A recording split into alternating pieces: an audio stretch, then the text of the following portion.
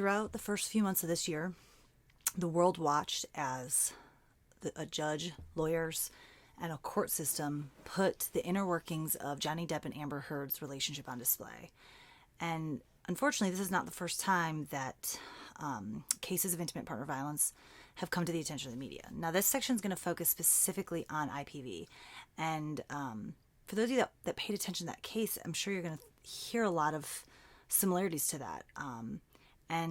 What was interesting about their case was that there were some allegations of violence, but the physical violence, but the bulk of them revolved around emotional and psychological violence. And so we're going to dig into those types a bit. Now, you're also responsible for the child abuse and elder abuse that are covered in the textbook chapter, but we're going to focus just on intimate partner violence here. So intimate partner violence refers to a maltreatment, physical, emotional, and other forms that are directed at an individual by a current or former intimate partner. And sometimes you'll hear intimate partner abuse used interchangeably. And but there are some distinctions, and the distinctions tend to be more through the law, so it varies state to state. But typically, as you'll hear throughout this, I will typically use them interchangeably, and I'll specify the form to which I'm referring. So the first form is non-sexual physical abuse. And this is what we think of when we think of traditional forms of intimate partner violence. And it's what we associate with the battered wife or the victim of domestic violence, that physical violence inflicted against a partner.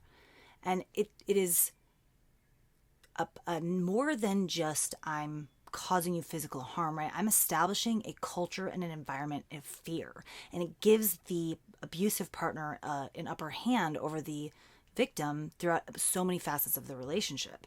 And so this includes all sorts of physical behaviors, right? Kicking, hitting, punching, but it also can include things like driving recklessly, or invading and continuously violating a person's personal space, or really just anything done to make a person feel physically unsafe. And relatedly is the destruction of pets and property. Now, these are my two dogs. And if anybody ever did anything to them, I cannot imagine how it would make me feel. And so it would be as though somebody was attacking me, directly. And that's exactly why... I'm sorry. Sorry about that. I'm sorry about that, y'all. Okay. That's exactly why... the abusers use it, right? It's because it's such a powerful tool. And it's often minimized, right? Because, well, they didn't hit you. They didn't do anything to you. They didn't actually say they were going to hurt your pet. They just threatened them. And, it's as a result, it doesn't seem so serious. But it's a powerful tool for the abuser, because it tells the victim, do you see what I did here? You see that hole I punched in the wall? I can do that to you too. And this also contributes to that fear and that control that the abuser has over them. And it's so powerful because you're weaponizing something so important to the victim. Okay, the third form is sexual abuse, and this is often minimized by criminal justice processing officials because it's often viewed as a disagreement about when to have sex. And it seems like something that's supposed to be a private part of your relationship, like it's none of our business. But that's exactly how so many cases of sexual abuse are able to go overlooked. And oftentimes the victims themselves may not even recognize that what's happening to them is sexual abuse. And so it could be both physical, but it can also be psychological and emotional. So it can be, just withholding sex to say, well, unless you do this, you're not going to get any. It could also be, telling them, criticizing and overly harsh about their performance to make them feel bad. And so, sex, because it has so many emotional and cultural implications, it creates a very unique way to create power and control, because it's something so personal to the victim that they oftentimes, it can be violating in so many ways, but it's also going to make them more reluctant to speak about it. Sorry. Okay, and then, unfortunately, it's relatively common, but it's not spoken about for that exact reason, especially in the case of intermarriages. Okay, the next is mental abuse. And now you'll see some places where they'll refer to psychological and emotional abuse, but we'll parse those out a little bit here. But the broader kind of category is mental abuse. And the purpose of such abuse is to undermine the victim's self-esteem and sense of self, because what that does is it makes them weaker and more vulnerable to the offender, and it allows them to kind of manipulate the victim more easily. And so psychological abuse is typically referred to those that target the victim's thoughts. So you may be familiar with the term gaslighting. So gaslighting is where the perpetrator uses psychological manipulation to get the victim to kind of question their sanity or memory, right? So they'll say, well, I remember you told me you'd be home at 7. And the offender or the gaslighter will say, no, I told you I was going to be home at 8. I don't know why you would think 7. That never happened. And you, in your mind, could be like, I know they said 7. But now they're able to spin it and put it on you because it's your fault because you had the wrong time, right? And that it can make that changing your thought pattern, like it can be very powerful. Okay, and this is distinct from emotional abuse, which targets the way a person feels. So, think psychological is the way you think about yourself, the world, your sanity, right? And emotional is the way you feel. So this is the kind of abuse that, that can drive a person into deep depression, right? They use your emotions to manipulate you. So they'll try to make you feel, they'll use guilt trips to try to make you feel bad to do something you didn't want to do. And it's particularly damaging for a person's emotional well-being. It can undermine their sense of identity and their dignity.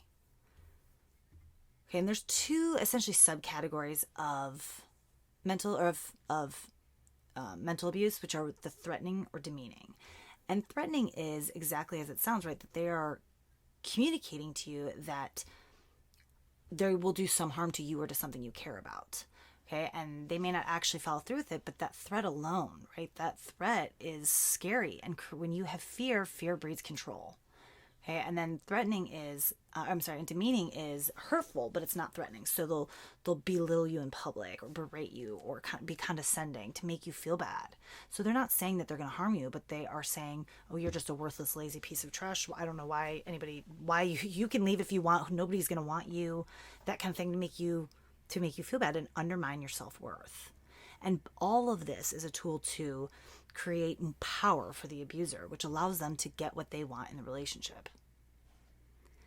And the last form of abuse is financial abuse. And not all will recognize this, but I think it's so critical to address because money is power, right? And if you don't have money, then you will struggle in so many facets. Okay, and so in a case of financial abuse, the abuser will regulate all of the money. So they will know exactly how much money the victim is making and how they're spending it. They may not even let the victim spend their own money. They may, take their paycheck from them as soon as they get it. They may make them stop working. Okay, and this is so critical because it undermines, right, their role in the relationship, and it makes them less than. They're subservient to the abuser. And it has some critical consequences for the victim's ability to be on their own. It breeds a dependence upon the abuser. So if you're a victim of intimate partner violence and they are also have this financial component and you want to leave, how are you going to leave? Where are you going to go? How are you going to, you don't have $20 to get an Uber to leave, let alone to get a hotel room. And so, on top of that, because they don't have money, they have been having to say no to going out with their friends. No, I can't go get coffee. No, I can't go to the movies. No, I can't do these things. I don't have the money to spend it. And so they often lose touch with people that were close to them. And so in so many ways, it can dismantle their support system, isolating them, making them dependent upon the offender, and making it almost impossible for a victim to leave.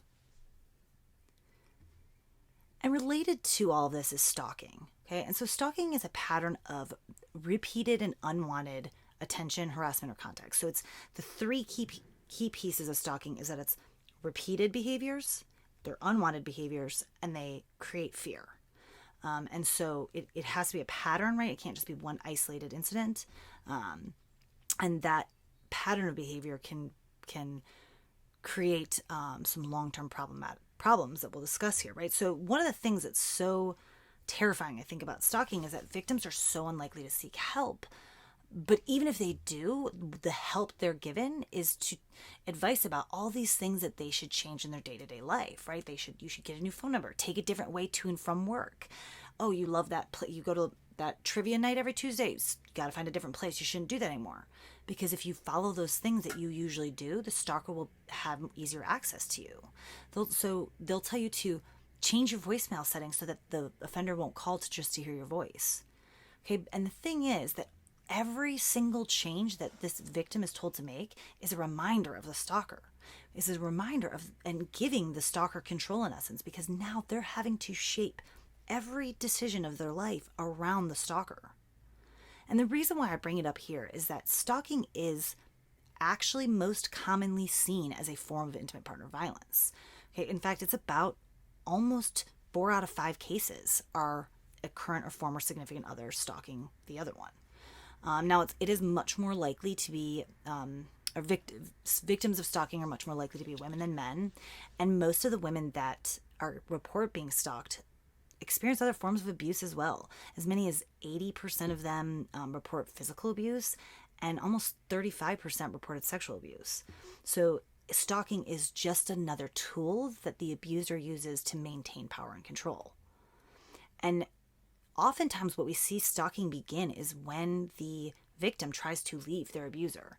And now the offender doesn't want them to leave, so they're going to start keeping tabs on them. Okay, or maybe they're getting suspicious that they're trying to leave, and so they'll start trying to watch them.